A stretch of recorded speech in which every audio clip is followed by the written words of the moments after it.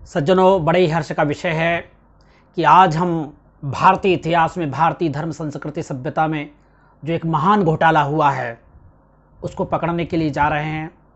आपको बड़ा आश्चर्य होगा कि हमारे शास्त्रों में वामपंथी लोगों ने, अंग्रेज़ों ने और मुल्लों ने बड़े बड़े घोटाले और बड़े बड़े प्रक्षेप और बड़ी बड़ी मिलावट की गई है। ऐसा आप यूट्यूब पे सुनते हैं, ऐसा आप फेसबुक पे सुनते हैं, ऐसा आप प्रवचनों में सुनते हैं कि हमारे शास्त्रों में परिवर्तन किया गया, मिलावट की गई। किन के द्वारा? वामपंथियों के द्वारा, अंग्रेजों के द्वारा और मुल्लों के द्वारा। इसमें कितनी सच्चाई है, आज आपको इतिहास की एक सबसे बड़ी घोटालेबाज जो चीज़ें हैं उसको पकड़ने का मैं प्रयास करूंगा।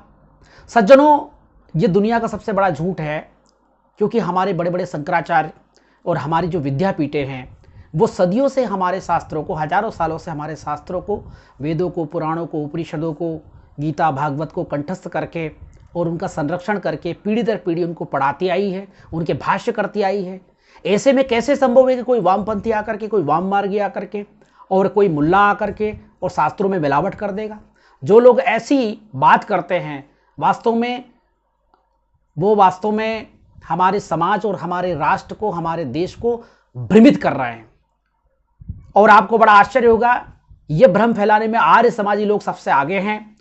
और गुरुकुल कांगड़ी के कुलपति डॉक्टर सुरेंद्र कुमार, जिन्होंने मनुस्मृति का भाष्य किया और विशुद्ध मनुस्मृति नामक एक स्मृति लिखी, उसमें यह बताया कि विशुद्ध मनुस्मृति में जो 1200 के करीब श्लोक है वो सही है, और जो मेरे मनुस्मृति भाष्य है उसमें करीब जो 2685 श्लोक है उसमें से करीब 1400 श्लोक मतलब गलत है। सज्जनों, आज मैं बताता हूं कि इतना बड़ा विद्वान होकर के वो झूठ बोलते हैं, इतना बड़ा विद्वान होकर के वो समाज को, राष्ट्र को भ्रमित कर रहे हैं मनुस्मृति के नाम पर, और वो स्वयं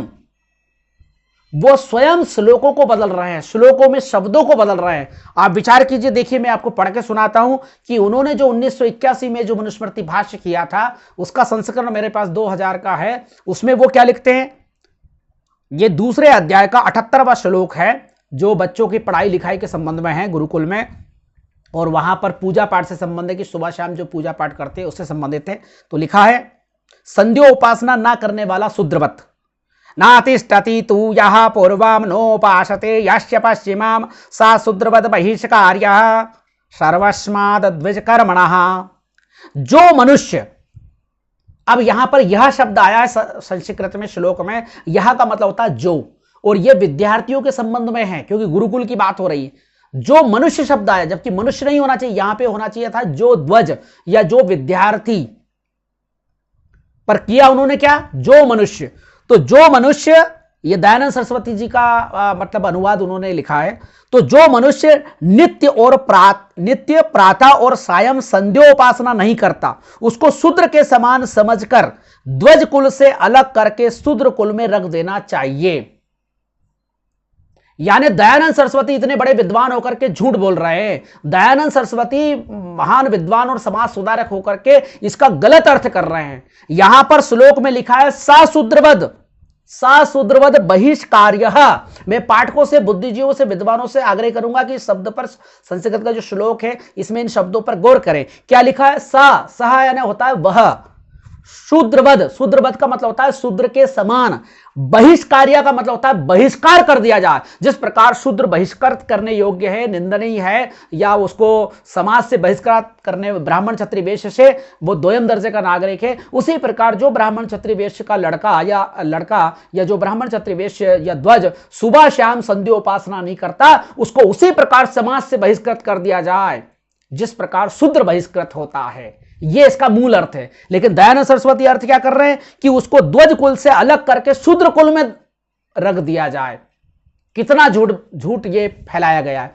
अब आप देखिए विशुद्ध मनुस्मृति जो मेरे पास 2020 का संस्करण है, इसमें देखिए अब ये उनके चेले जो मनुस्मृति के सबसे बड़े प्रकांड पंडित है आधुनिक युग में माने जाते हैं आर्य समाजियों के द्वारा, जिन्होंने विशुद्ध मनुस्मृति लिखी है और उसमें जो लीपा पोती की है, उसमें आप देखिए कि इसी श्लोक का पूरे कुछ शब्दों को बदल दिया। देखिए क्या लिखा है, संध्योपासना ना करने वाला शूद्र ना तिष्ठति तू यह पूर्वाम नोपासते यश्च पश्चिमाम सा साधुर भी बहिष्कार्यः। क्या लिखा है, सा साधुर्भिर बहिष्कार्यः, जबकि उसमें क्या लिखा था, सा शूद्रवद बहिष्कार्यः।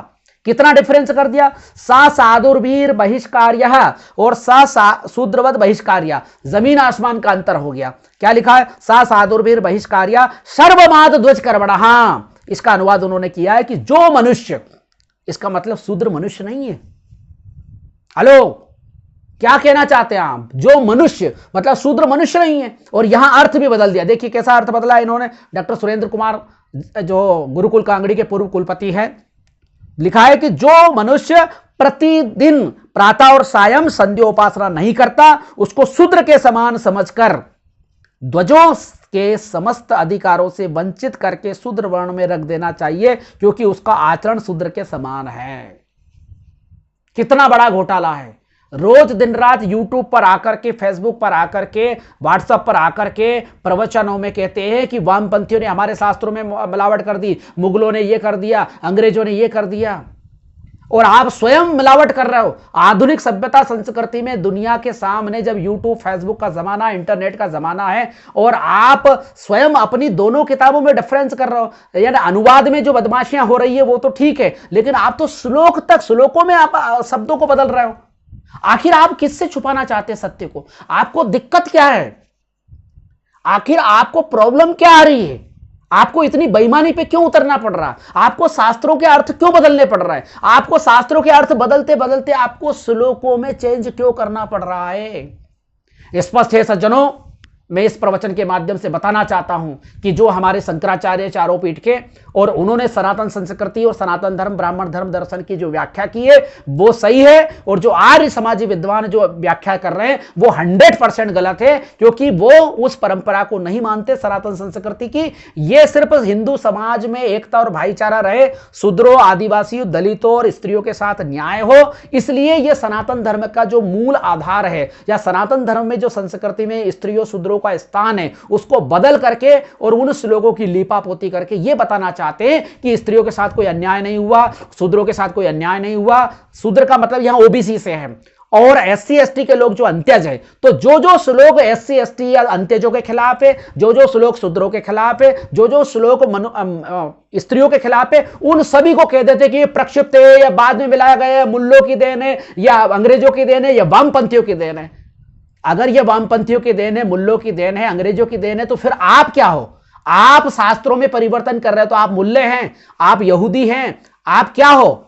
आप वामपंथी हो, आप मार्क्सवादी हो, आप नक्सली हो। आप हिंदू धर्म संस्कृति को, ब्राह्मण धर्म दर्शन को इस प्रकार बदलाव क्यों करना चाहते हैं? आप शंकराचार्य से ज्यादा बड़े विद्वान हो, चारों पीठ के शंकराचार्य, और हमारे धर्म संस्कृति के जो सदियों से, हजारों सालों से जो परंपरा से भाष्य किए गए, वो भाष्य गलत है, वो स्मृतियां गलत है, वो शास्त्र गलत है, जो वेदों के और मनुस्मृतियों के जितने भी भाष्य वो सब गलत है। सिर्फ आर्य समाजी विद्वान दूध के दुले, इनको ही सारी दुनिया का ज्ञान आ गया, और इन्होंने मतलब सबसे अच्छा अर्थ किया, ये सत्यार्थ करते हैं। अब आपने देख लिया होगा कि ये किस प्रकार सत्यार्थ नहीं, ये झूठार्थ प्रकाश फैला रहे हैं। पूरे समाज को, पूरे राष्ट्र को, पूरी दुनिया के हमारे ब्राह्मण धर्म, सनातन धर्म को मानने वाले लोगों को धोखा दे रहे हैं, और अपने आप को धोखा दे रहे हैं, पूरे समाज को धोखा दे रहे हैं। इसलिए सज्जनों, मेरा आपसे आग्रह है, ये महा घोटाला है, आप इनके बहकावे में ना आइए। ये टीवी पर आकर के, यूट्यूब पर आकर के सरासर झूठ बोल रहे हैं। वास्तव में मनुस्मृति के जो प्राचीन भाष्य हैं वही मान्य है, और मनुस्मृति के जितने 2685 श्लोक है वही मान्य हैं। इन्होंने जो अर्थ किए हैं और इन्होंने लिपापोती की है कि मनुस्मृति ये शुद्ध है या अशुद्ध है, ये श्लोक बाद में जोड़ा गया, ये पूरी तरह लिपापोती है। आप समझ गए होंगे कि जो व्यक्ति कुलपति होकर के और संस्कृताचार्य होकर के और मनुस्मृति का विशेषज्ञ होकर के, एक तो दयानंद सरस्वती ने शास्त्रों के गलत अर्थ किए, और गलत अर्थ उन्होंने किए, इसके बाद उनके चेले आज तक गलत अर्थ कर रहे हैं, गलत अर्थ के साथ वो श्लोक तक को बदल रहे हैं। तो सज्जनों, इस प्रवचन के माध्यम से आप समझ गए होंगे कि किस प्रकार दयानंद के चेले झूठ बोलते हैं और शास्त्रों के नए नए अर्थ करके हिंदू समाज को, हिंदू राष्ट्र को, ब्राह्मण धर्म दर्शन को बदनाम करते हैं, और गलत अर्थ करके है और समाज को भ्रमित करते हैं। एससी एसटी ओबीसी के लोगों को, स्त्रियों को भी भ्रमित करते हैं, शूद्रों को भ्रमित करते हैं, पूरे समाज और पूरे राष्ट्र को भ्रमित करते हैं। मेरा आपसे आग्रह है, ऐसे लोग जो हिंदू धर्म में एकता और भाईचारे की बात करते हैं, हिंदू समाज को बचाने की बात करते हैं और ब्राह्मण धर्म दर्शन को बचाने की बात करते हैं। अरे अगर ब्राह्मण धर्म दर्शन के शास्त्रों को ही तुम नहीं मानते हो, ब्राह्मण धर्म दर्शन के शास्त्रों के अर्थ बदलते हो, प्रक्षिप्त घोषित करते हो, तो फिर ये समाज, ये राष्ट्र कैसे बचेगा?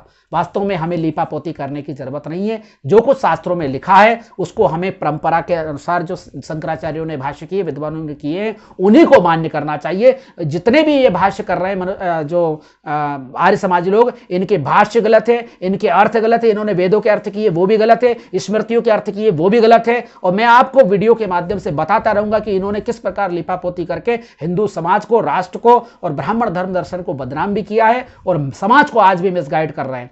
सज्जनों, इस प्रवचन का उद्देश्य किसी शास्त्र का अपमान करना या किसी की भावना को ठेस पहुंचाना मेरा मकसद नहीं है। मेरा मकसद हिंदू समाज को, राष्ट्र को यथार्थ से अवगत करवाना है। अगर वास्तव में हमारे शास्त्रों में शूद्रों के खिलाफ, स्त्रियों के खिलाफ, अंत्यजों के खिलाफ कुछ बातें लिखी है तो हमें उसे स्वीकार करना चाहिए। हजारों सालों से अगर उनका शोषण हुआ है तो हमें उसको स्वीकार करना चाहिए। और इसीलिए संविधान में उनको विशेष प्रावधान के द्वारा कुछ सामाजिक, आर्थिक, राजनीतिक रूप से, प्रशासनिक रूप से जो भागीदारी दी गई है, अगर हम ये मान लेते कि उनके साथ कोई अन्याय, अत्याचार, शोषण नहीं हुआ है तो फिर सत्ता में, शासन में, प्रशासन में भागीदारी का सवाल ही नहीं उठता है। फिर उनको विशेष कुछ सुविधा देने का वो अधिकार ही नहीं मिलता है। इसलिए सज्जनों, शास्त्रों, परंपराओं में जो लिखा है स्त्री, शूद्रों और अंत्यजों के खिलाफ, वो वास्तव में सही है, वो हमारी परंपरा में है, हमें स्वीकार करना चाहिए। और आर्य समाजी लोग जो भ्रमित कर रहे हैं उनसे सावधान रहने की जरूरत है।